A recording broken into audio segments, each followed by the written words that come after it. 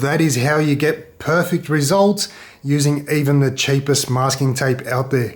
What's going on, guys? I'm Bill and welcome to Bill's How To. Today I'm going to show you how to paint perfect crisp clean edges with zero bleed through using any masking tape at all. Let's get straight into it, guys. Let's do this. So I'm just painting the base color now, which is cream. That way once we peel the masking tape off, we're going to have cream stripes and we're going to have a black painted surface.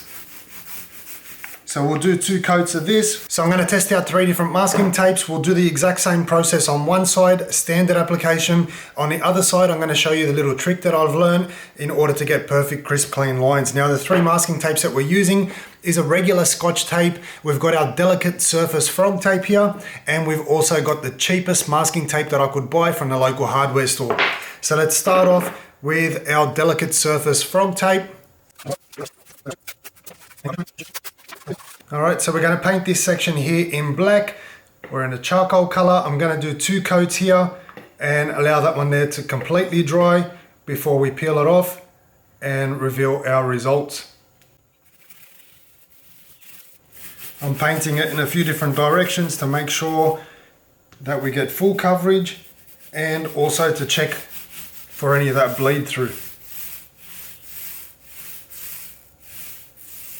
So that's 1 coat there. We'll let this one here dry. So this side here is now dry. We'll do the same thing for a 2nd coat. So now I've got 2 coats on this side here. While I'm waiting for this one here to dry, we're going to apply the masking tape once again on the other side. We'll do the exact same order as before.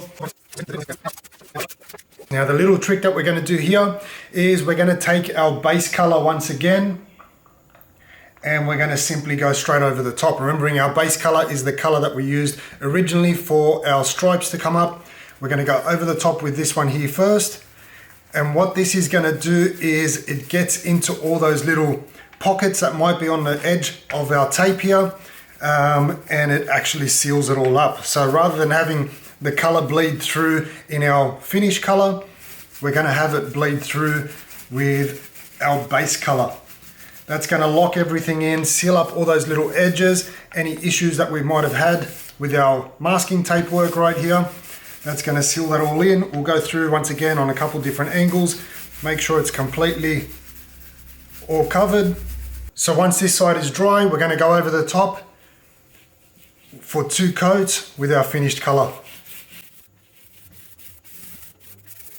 So everything's now nice and dry. It's time to peel it off and see our results. Now remembering this side here was just a regular application with 2 coats straight over the top. This one here, we had 1 little extra step, and I'm going to show you guys the results.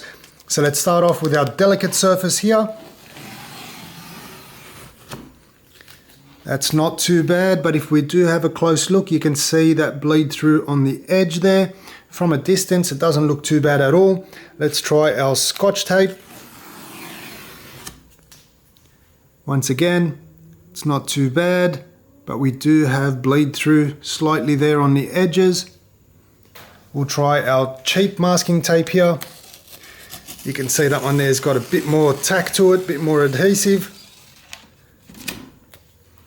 But once again, we've got that little bleed through there on the edges.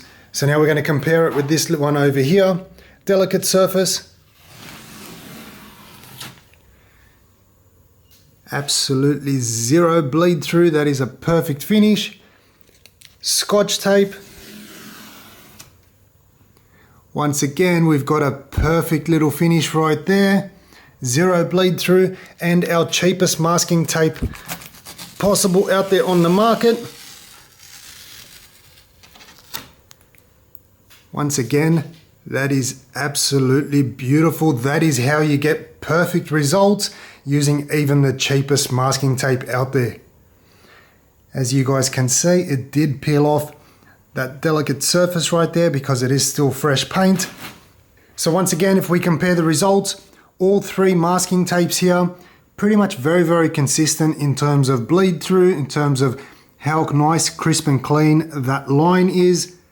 They're all pretty much exactly the same, but you did see up here on the top where it doesn't work very well on a delicate surface. So that's probably the best time to use any kind of good quality masking tape is when you're concerned about the surface underneath. Anytime it hasn't been prepared right, it's got peeling, painting, flaking paint.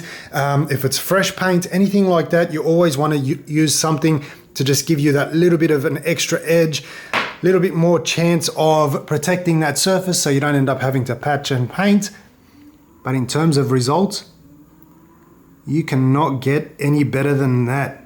So there we have it, guys. The results speak for themselves. It's always better to do an experiment like this at home rather than on an actual project or a job site. But I am very, very happy with the results. That method there is absolutely by far the best, safest way to ensure that you get a perfect, clean, crisp edge every single time. We did see it rip off some of that fresh paint. And once again, this is the cheapest masking tape out there. So the main differences you're going to find between most of these paints, masking tapes, apart from what they claim in regards to their special technology or special features, is pretty much the adhesive that's used.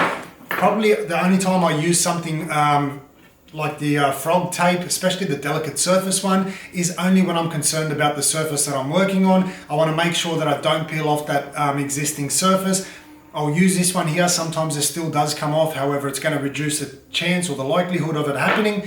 Most of the time, honestly, I'm always going for the standard Scotch tape, very reasonably priced. And this one here, I buy it in bulk. So this is my go-to. Usually cheap masking tape, I usually only use it for either holding something or bundling up items. So anytime I've got couple items that I need to bundle up, put them into one solid piece, I'll just use this cheap masking tape, holds it down, the adhesive is nice and strong as you guys can see. However, with regards to protecting painted surfaces, not always the best idea. Hopefully you guys have enjoyed this video. You've definitely learned something new. As always, like, comment and subscribe. Until next time, I'm Bill. Thanks for watching. Billshowto.